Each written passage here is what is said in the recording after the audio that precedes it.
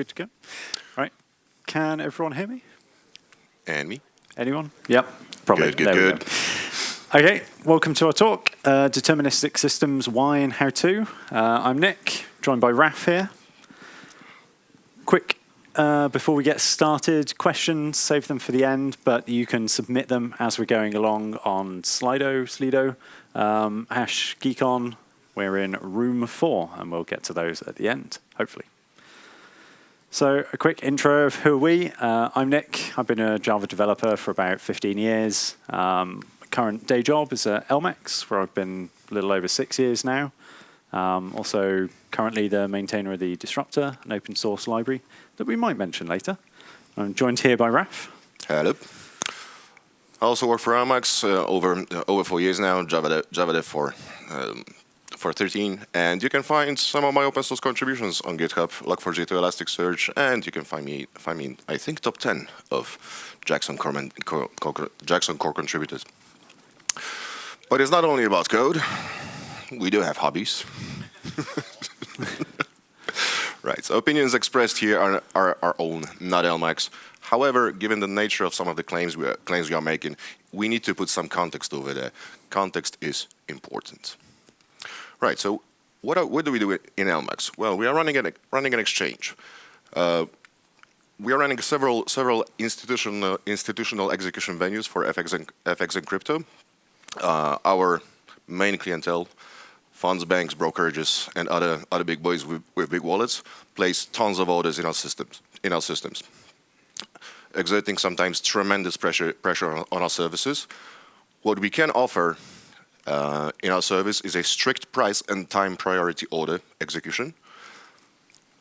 And performance-wise, which is very important for our clients, otherwise they would go trade somewhere else, is our round-trip latency around 80 microseconds on average, measured at the edges of our network. Also, the customer order rate can exceed several hundreds of thousands of orders per second. 100,000 per second is just our daily standard day regular BAU. This generates millions of messages between our services, and all of those orders, all of those hundreds of thousands of orders, are executed deterministically. So why are we here, Nick? It's a good question. So we're here mostly because we think, me, Raf, and a few other people, that deterministic systems are good. They can help you write your code, write your systems, write your software, rely on it, get some benefits. We also think concurrency is hard. We are developers, we're Java developers, and yeah, more than one thread, always a pain. We also care about performance, though. We just talked about some of the context of what our day job is, and their performance does matter. So we can't just ignore the apparent benefits of threads, but we'll get on to that later. Raf also enjoys performance. If you look at some of his open source contributions, there's a lot of focus. So he will be walking us through. But what is a deterministic system? We kind of got it in the title. We've said it a few times. So what does it mean? Right. So we are based in London, and if you type in determinism in Google, Google will spit out Britannica's definition of a determinism, which is a pretty grim philosophy, which entails that in a situation in which a person makes a certain decision or performs a certain action, it is impossible that he or she could have made any other decision or performed any other action. That's not applicable to software systems. If we replace it with a system that sort of starts to make some sense, fortunately, a few smart people came with a proper definition. A deterministic system is a system in which a given initial state or condition will always produce the same results. There is no randomness involved or variation in ways that inputs get delivered as outputs. One of the main benefits of these kind of systems is tremendous simplicity. It simplifies your architecture a lot. Since your data is usually flowing in only one direction, it's very easy to follow in your code where the data is coming from, where is it getting into, and monitor it carefully, figure out what breaks, and eventually fix it. if things go wrong in production, you can debug your system locally on your computer. We're going to explain to you how in a moment. It's easy to fail over these kind of systems, given that you can have number of replicas in your deterministic system. Each instance of your deterministic service will execute exactly the same code and end up in exactly the same state. If your primary goes down, you can fail over to the secondary at any point in time. And eventually, you can achieve extreme levels of performance. Hopefully. Hopefully. If you do it right, and if you care. So how would a non-deterministic system look like, and what are the issues? Yeah. Thanks. So an example of a typical non-deterministic system, if you think of any financial system, like an exchange, which we work at, but shops and other things, you might have a couple of APIs, because everything's microservices these days. So you've got a payment API for people to add money and withdraw money from your system.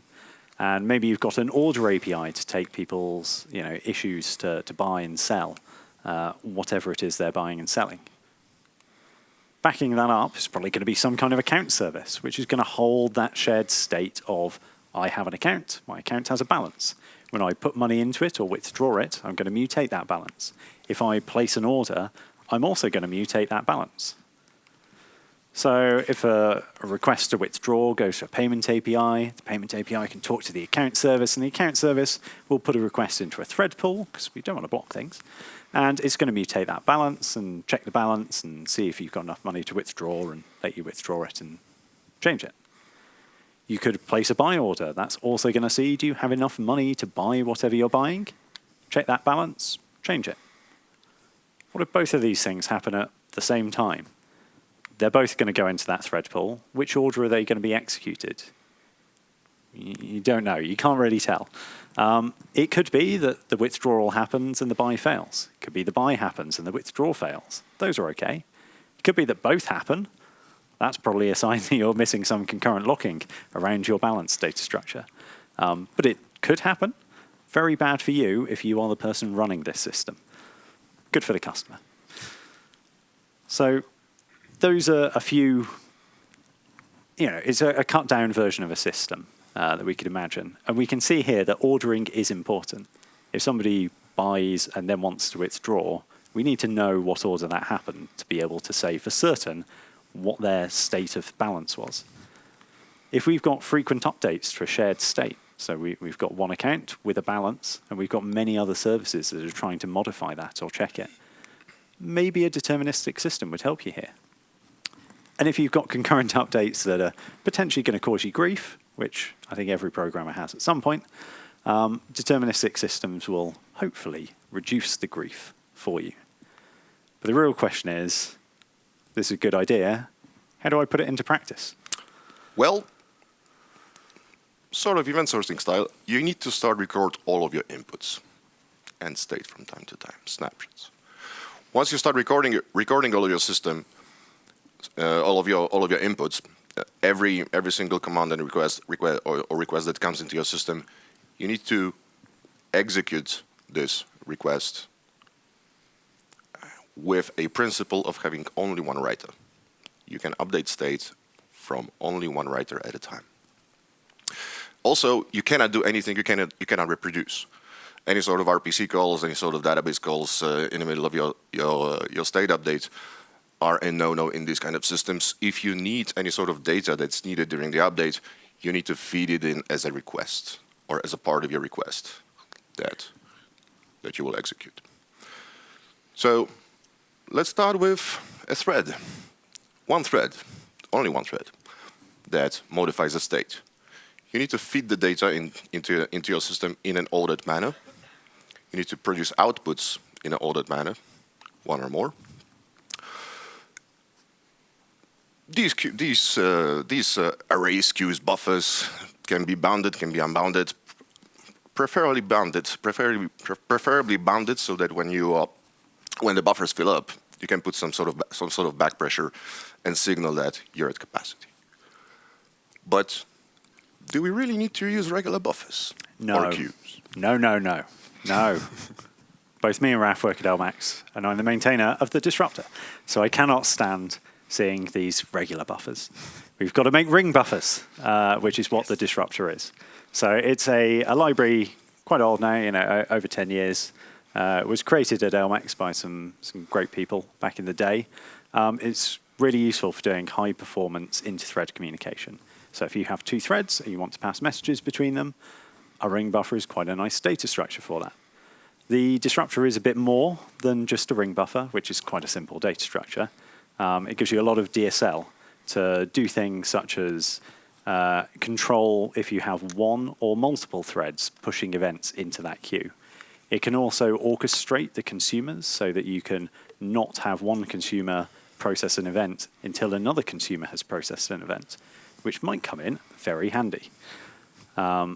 So using a ring buffer like the disruptor will give you that ordered buffer, which we need. We're taking those inputs in one by one, and we're going to process them off the one true buffer one by one. Because they're coming in one by one, we can sequence them. We can give them a number that goes up every event. This is quite handy. And it gives you easy access to previous events. So when it's in your buffer, if you have a problem, maybe you have a crash, you can roll back and go back into your buffer. So provided you've still got it in your buffer, it's there to reuse. So if we take these straight buffers and we bend them around, we can turn them into ring buffers. And that's basically a ring buffer. And our system is now much better. But we've got these ring buffers. Once it's full, we can back pressure, which is great, but that's probably not going to be wonderful for performance at times. What if you wrap? So we don't have to stop processing. We could just keep trucking. But then we're going to lose the content of that ring buffer. So what can we do about that? We can journal it, which is recording it, one of the things we mentioned in the TLDR.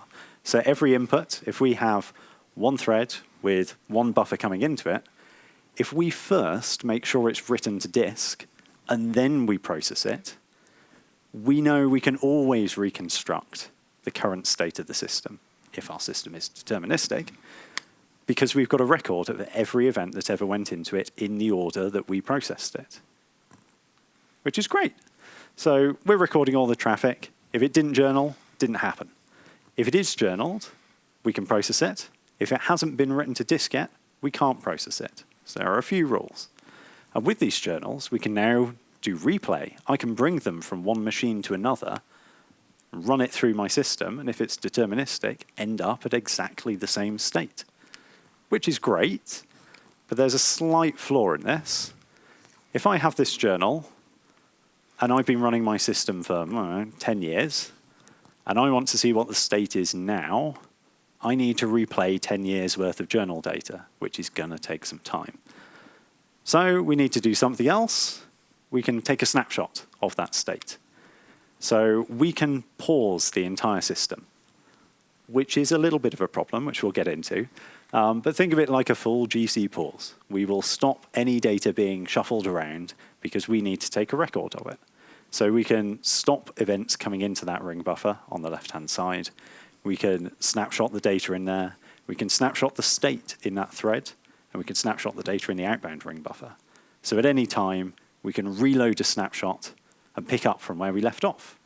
And because we had that sequence number on that ring buffer, we also know where we were. So we can record that in our snapshot file and know exactly where in the journal to pick up from.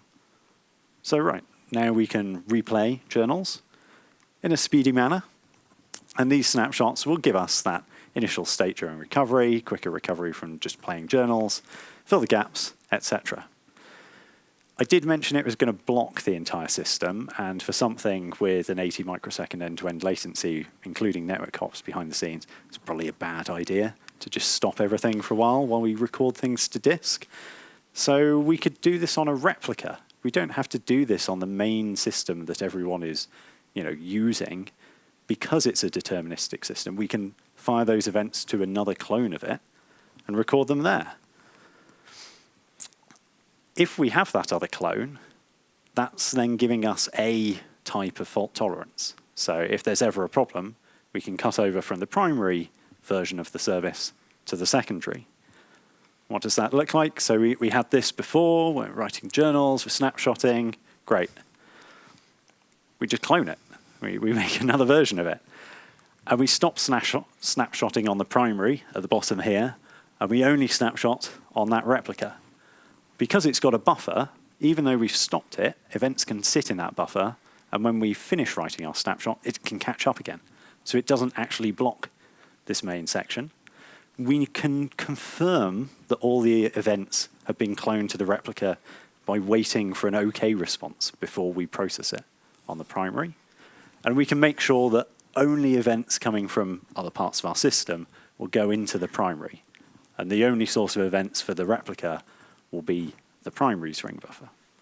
So that gives us replayable journals. It gives us a replica for failover. It gives us snapshots to pick up from.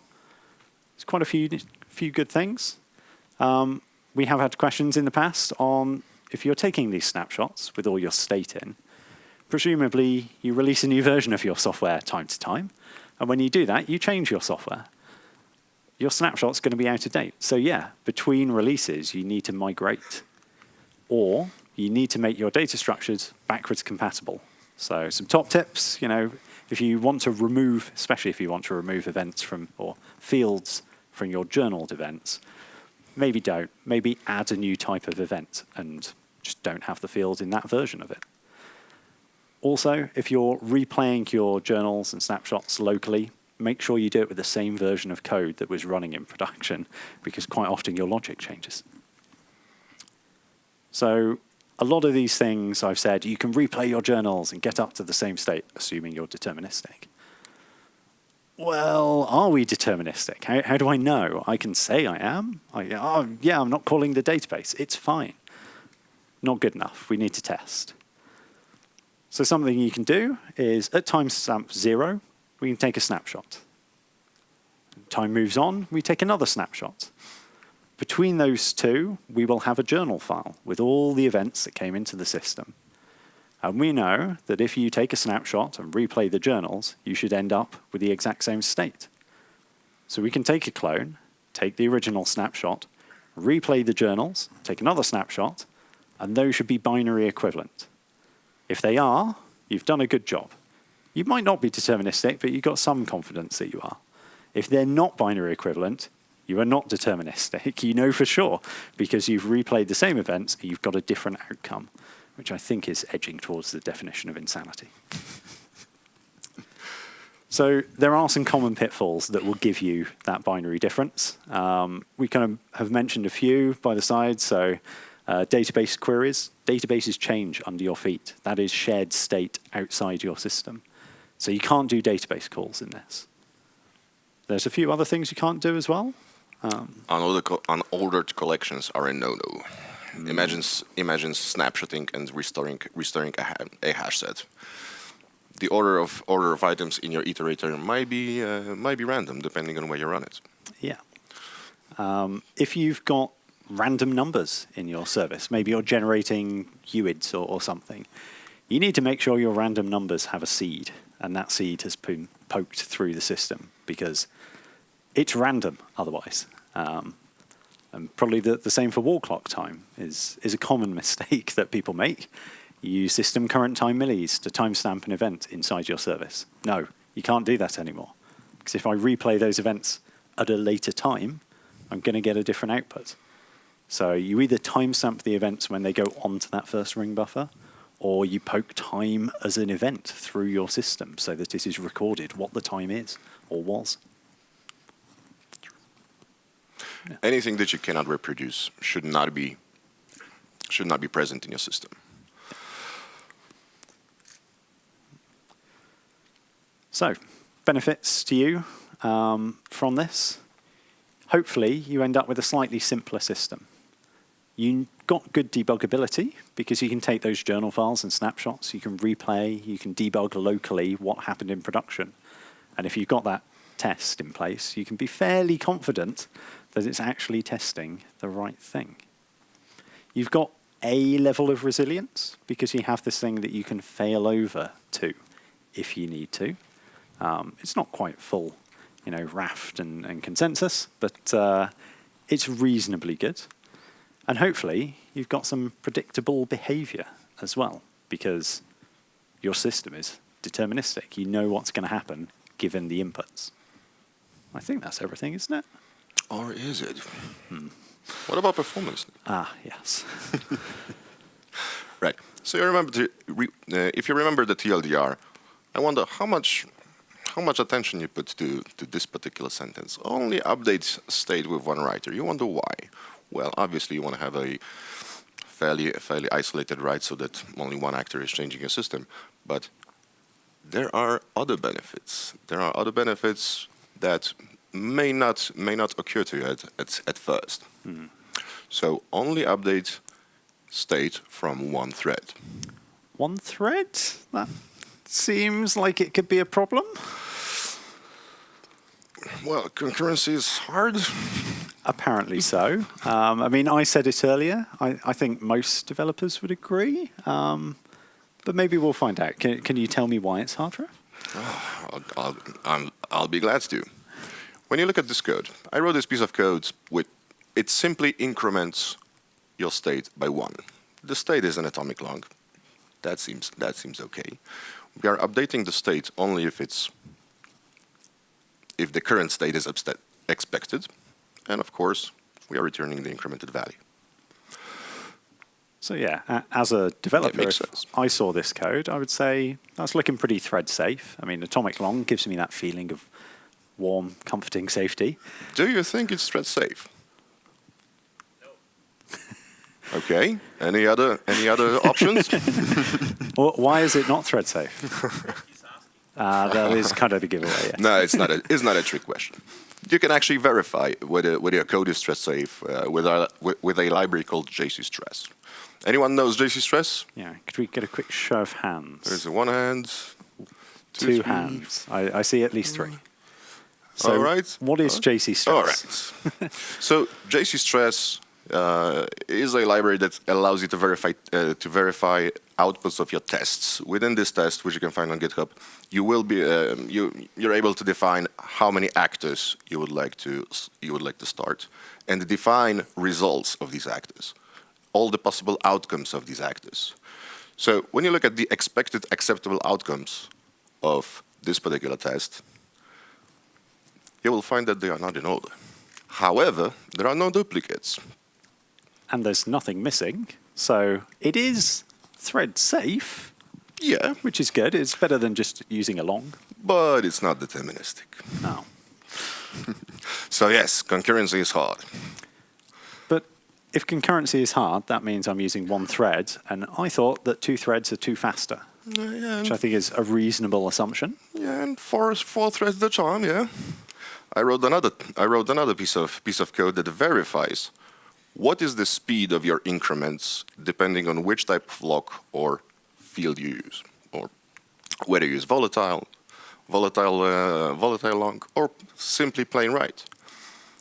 Whenever you would have thought that instead of this crazy while loop, I could just add and get. Well, add and get is way, way, way slower than a regular plain write. Similar to all the other locks, whatever type of synchronization you have over your code, whether it's a monitor synchronized keyword in various places. Notice that a single-threaded execution is always the fastest. And the moment you start increasing the number of threads, you're gonna get some lock contention, and of course the other threads will have to wait for a proper precondition to be able to update your state safely. I think the caveat here is that these are all slower because of that shared state. If it was using split state, if each thing was operating on its own data, yeah, it might be faster on the whole. But in our case, especially for a deterministic system, we're talking about that shared state being updated. And yeah, anytime you've got multiple threads, if you want to be safe and deterministic, you need some kind of locking or mutates or cas loops and so on. Those add latency in. But if you want to go really, really, really fast, you probably want regular plain writes.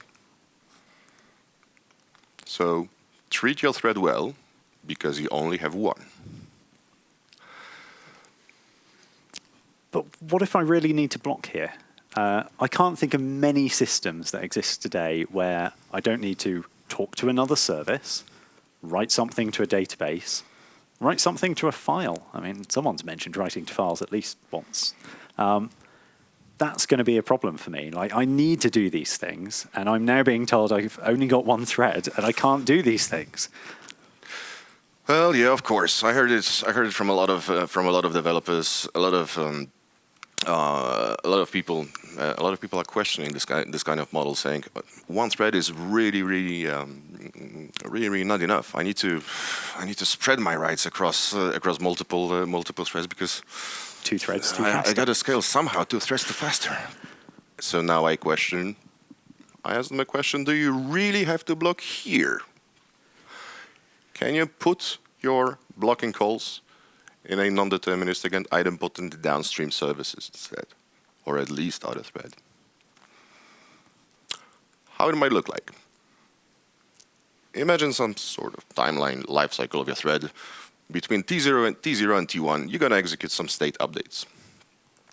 If you mix it up with I/O writes, because you have to persist your state now, you're going to saturate this thread very quickly. If you separate this I/O workload to other thread, you might even pin it to a CPU. You might notice that you will be able to find some bottlenecks in your system quite quickly. You will be able to test your single writer in isolation. You can figure out the tipping point. What's the tipping point of your single thread that changes the state? You can also easily identify whether your I/O thread is saturated. Whichever gets saturated first, it will give you a great idea on what area of your system you need to improve next. And eventually, you might end up with simply a pipeline of threads that do one job and one job only, and pass over the result, or whatever they need to share to other thread. Once you figure out which one is slowest or fastest, rinse and repeat, and carry on. In the end, what you're going to end up with is a code with no locks on your shared state. You're going to achieve a state of your system where the execution is as fast as possible. The only limiting factor will be the speed of a CPU and speed of light.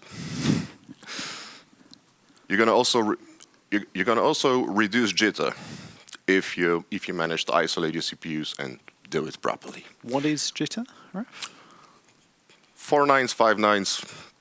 The big tail end of latency histogram that you might sometimes see if you're wondering why my system is so slow.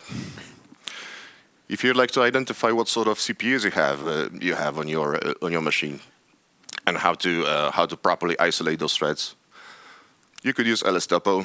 This is an example output of this is a visual output of LSTopo on some AMD processors. You can see all the layout of your NUMA nodes. You can see the layout of your caches, sizes of your caches, and identifiers of your numbers of your CPUs that you can then isolate and pin your Java threads to. I think the important bit on this as well is when you're pinning, this bottom one here has a network card attached to it, as does that one. That one up in the top in the middle doesn't. This one has disks attached to it. So where do you think I'm going to pin my journaling thread?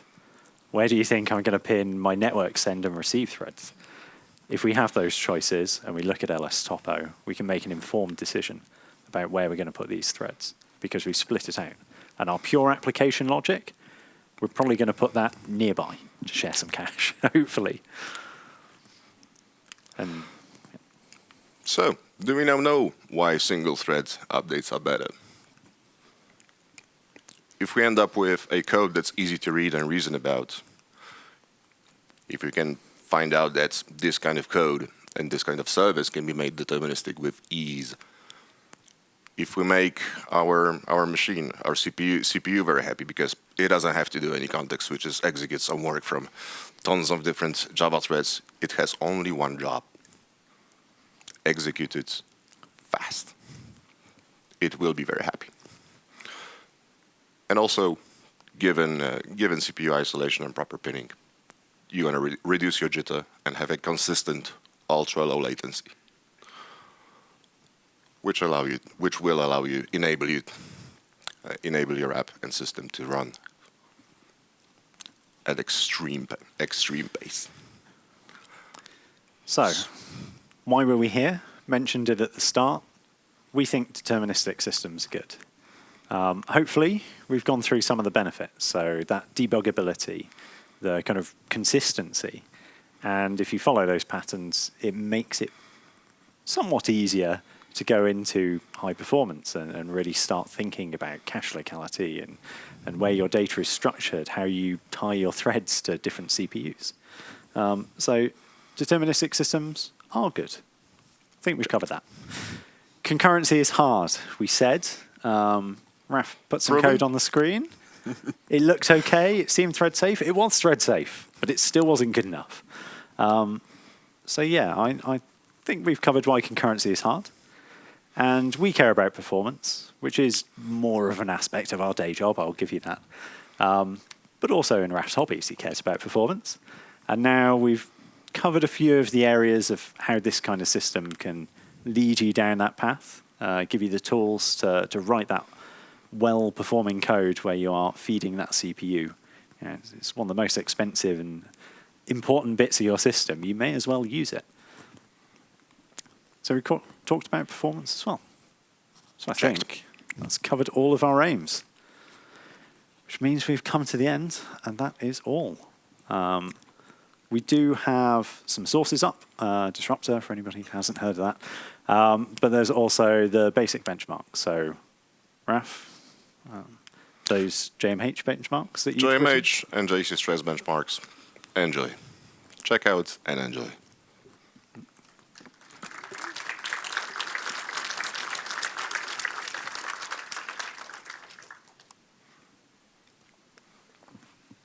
Okay, so got some time for questions. They are up on the board. Totally. Is replica instance processing events? Do we need reconciliation? Replica absolutely processes events. Before you process anything on your primary instance, you replicate, you store events on both sides.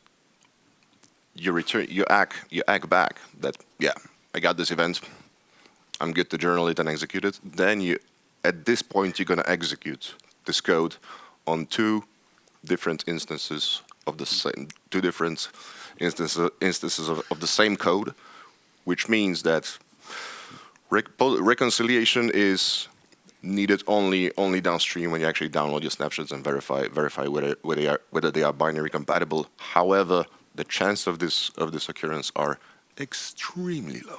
What do you need? Some cosmic particles, but some memory module failures. Yeah, but potentially worth mentioning is we said that replica would not be sourcing its information from the network. It would be sourcing it from the primary's ring buffer.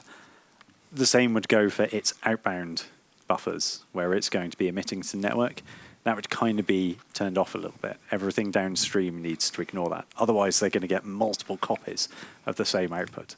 So it either needs to be idempotent, and that's fine. You can receive multiple events for the same output, but you're then clogging your network up and you're spending CPU time on services downstream, reading events that they've kind of already read and handled. So you can do that, or you can turn it off at the network level. You can tell your service, okay, process it so that we can take the snapshots and everything. Just don't send it out to the network, please, is also an option. So yeah, that should cover that one, I think. Next one, how to scale deterministic system with a single thread. Tricky, very tricky. So once, if we go back to Raf's slide where he's kind of filling that CPU and making it smile because it's got lots of exciting work to do, once you fill that up, there is no more. You can either have a couple of choices. You can try and make your code go faster. You can upgrade to the latest version of Azul Prime and hope for the best. You can go looking through your code and find instances of hash maps and go, boo, they're slow, let's go for something faster. You can do all that stuff, but that will only get you so far. The other option is kind of sharding your data. So if you're a financial exchange, say doing foreign exchange, people are trading euros to dollars, dollars to pounds, pounds to other euros. Do they all need to be running on the same service? Can they each be their own service? You don't have to clog your system. But that will only get you so far, and that's when you start sweating and hope that Intel or AMD release a newer CPU that's faster. So yeah, you do run into issues, but if you had multiple threads, you get to the point of, well, I'll scale it out. But great, now you've got all this contention, and how do you get your data to the servers that are actually going to process it is quite often the problem then. If I spin up 1,000 servers, I then need to put the data in 1,000 different places, and that will take your time. So, yeah, there are limits, and as Raf mentioned, that pesky speed of light does sometimes catch you out. Okay. I think that also one thing worth mentioning regarding scaling, right? If you manage to saturate one CPU with some sort of very optimized algorithms that does very simple things, you're probably already running hundreds of thousands or millions of events. So you probably have to scale somewhere else first and solve other problems, because they will definitely be there. Yeah, I mean, writing stuff to disk or network is usually slower than looking at two orders and saying, can these trade? What are the challenges you're still facing with performance and yet could not solve? Where do I start? I mean, that speed of light is certainly one of them. One day we'll solve it. I think others, so sharding can be quite difficult. So, if you're a financial exchange, you've put all your order books in one service basket, then trying to split them apart can be difficult. And we've made it sound somewhat easy. That there is a little bit of code around this. So your system and your logic might be quite simple that you have replicated. And, okay, I can shard it everywhere. But what about all the checks and bounds and rules and auditing and so on that all comes with it? Those are usually where there are issues. Other than that, there's not many performance issues that we find day to day. It's usually like a yearly thing, and it's usually looking at thread pinning. Have we got it right? If we move from Intel to AMD, they now have a multi-chiplet design, so cache is spread everywhere at cache 3, level 3 cache.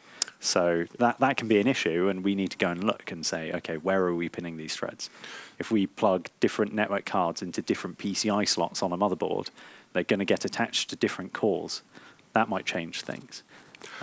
NVMe drives are now a thing. Got to take advantage of that. So yeah, trimming your business logic to the absolute minimum, trying to find the fastest hot path possible might be a challenge when your business grows and you have more features. You're making a hot path more complicated. Yeah, it's usually people want new features, isn't it? I want this one event coming in to emit 1 million events going out. Is that okay? Maybe. I would like to introduce new features. Okay, no problem. We're going to analyze it and go back with, sorry, our throughput will drop by 40% if we do this. Okay, let's reconsider that. So, well, what if the buffer crashes and you have no snapshot? Journal files. Hopefully, you're writing your journal files. If it's been journaled to disk, then you can process it. That's the rule. You can't process an event until it's said, I've gone to disk. The disk might be lying to you, but hopefully you're using battery backed up disks. So in the case of a crash of your system, you've got your replica, and that will be up to the point of truth. And the point of truth is, where was I in that left-hand ring buffer? Where had I said I'd journal? Where had I said I'd replicate to? So that is your point of truth, not the snapshot. The snapshot is just a nice, easy way to pick up from, if you snapshot every 15 minutes, you only need to replay 15 minutes worth of journals. And when you have hundreds of thousands of events per second, it becomes... Yes. You want to snapshot often. You said that replay of old events should be done with old version of code. How do you do that? Carefully. Probably. So you can put in your journals and your snapshots a little metadata header maybe saying, I was running this release of the application logic at the time. You can be an audited organization which has a very clear database and log of what versions were running in what environments at what time. And you can use those to correlate. I've got this wrong in the past, and I've been debugging things, and stack traces just don't match up. And you're like, why? I thought everything was deterministic. And the answer, I was running trunk rather than the branch that was released and running in production. So you can go wrong with it. But yeah, I think usually putting it in the metadata of the files, like putting it in the file name, like just making sure that when it gets read, if it's on version 21 and it sees a version 20 file, it says, are you sure you want to do this? What about virtual threads? What about them? Yeah, just say no. We simply have a handful of threads that we keep alive. There is no need to create thousands of super lightweight threads that, in the end, doesn't really give you any performance benefits. Last time I checked. Yeah, you'd run into the same problems. Don't quote me on that. Yeah, you'd have the same problems, I think, in a system like this where you have that shared state. If we were spinning up virtual threads to work on individual, unique state, great. But in our case, we have shared state. So whether it's physical threads or virtual threads, doesn't really matter. There's still going to be contention and time as it switches between each one. So less context switching on CPU, that's something. How do you handle a new version? Well, easy. We write a few scripts to migrate our snapshot from one version to another, spin up a new instance, done. Obviously, you don't do it willy-nilly. We have tons and tons and tons of testing around this process. So whenever you release anything to production, you're 100% sure that the snapshot migration is correct. But you think you would gain some additional performance if you do some logic in more low-level languages like C? Well, maybe. Solid maybe. Probably not. We're one of the one of the fastest Java shops in the world. And the Java JVM itself is doing extremely well with optimizing your code. If you'd like to write C++ code of similar speed and quality, you would have to pull out all the aces from your sleeve. Yeah. In Java, it's much easier with JVM support. Yeah, I think one of the main reasons it's in Java is it's quite easy to read, and with this kind of design pattern, there are no bare-chested heroics trying to get the ultimate performance. We could make it go faster by nanoseconds or maybe even a few micros by doing some of those heroics, but it's not really worth it. Provided we're well sub millisecond, we're under 100 microseconds. It's kind of diminishing returns. The name of the game in our industry becomes something for the clients where, provided we have consistent low jitter, consistent low latency, that's what they care about more. If we were a millisecond latency, but consistent millisecond latency, they'd probably also be okay. The fact we have lower latency just means we've got a lot more headroom. There was a question there about our servers. Yes, we do run on bare metal, not cloud. You mentioned primary and backup. Is there some reasonable way to adding next node's additional backup? Yep. So you can spin up as many backups as you want. You can chain them. You can have backups running off backups. And it can replicate all the way down if you so want. You say trunk, which VCS are you using? Depends how deeply you look. Day to day, I'm using Git, but then it is backed by SVN.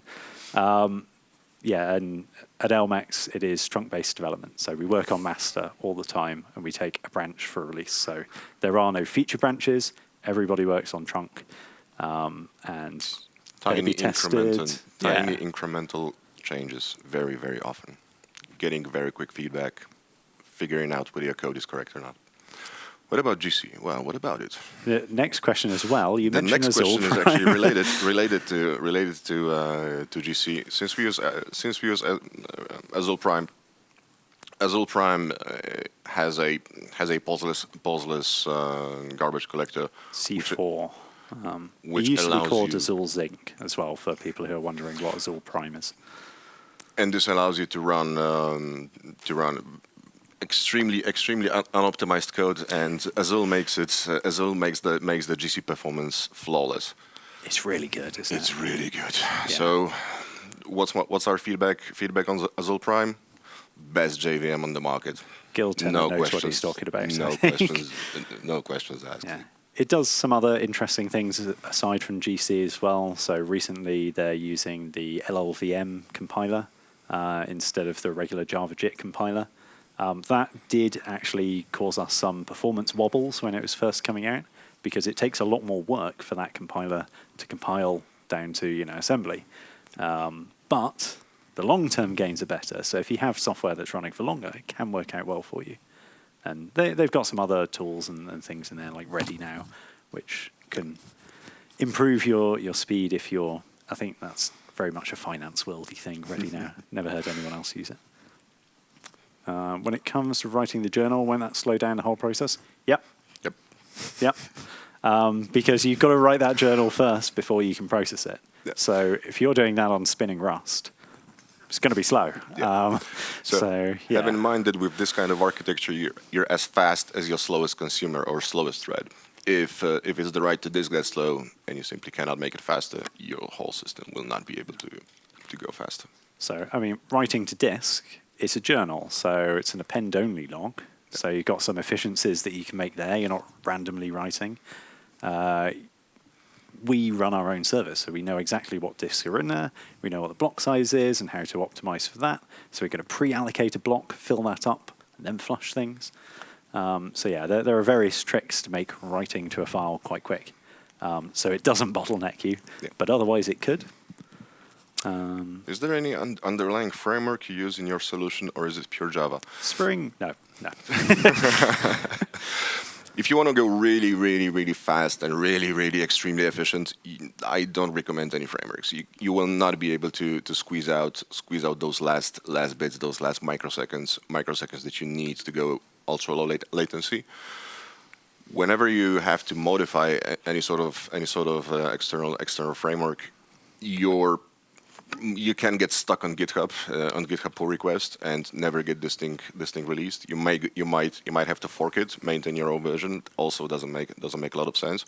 You need to write a lot of your own code, tailor it to your explicit ultra low latency use case, and you know what's there. Yeah. In a lot of do you know what's inside Spring? No hands. No hands for the people watching at home. Or let's pick some HTTP frameworks. No, there's too many that nobody knows how they work. Magic.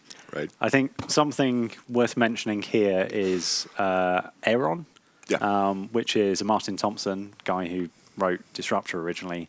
Has this framework called Aaron, which is kind of messaging, does journaling. It also does snapshots. It also does checking that your snapshots are deterministic. So there's a lot of what we've talked about in Aaron, which is quite nice, and it works across language. It's not just Java. So if you're a C person or a C++ or a Rust person, it also works for you. But yeah, and I think... Not a question, but a statement. Great talk, guys. Thank you. Don't know if that's it, but yeah.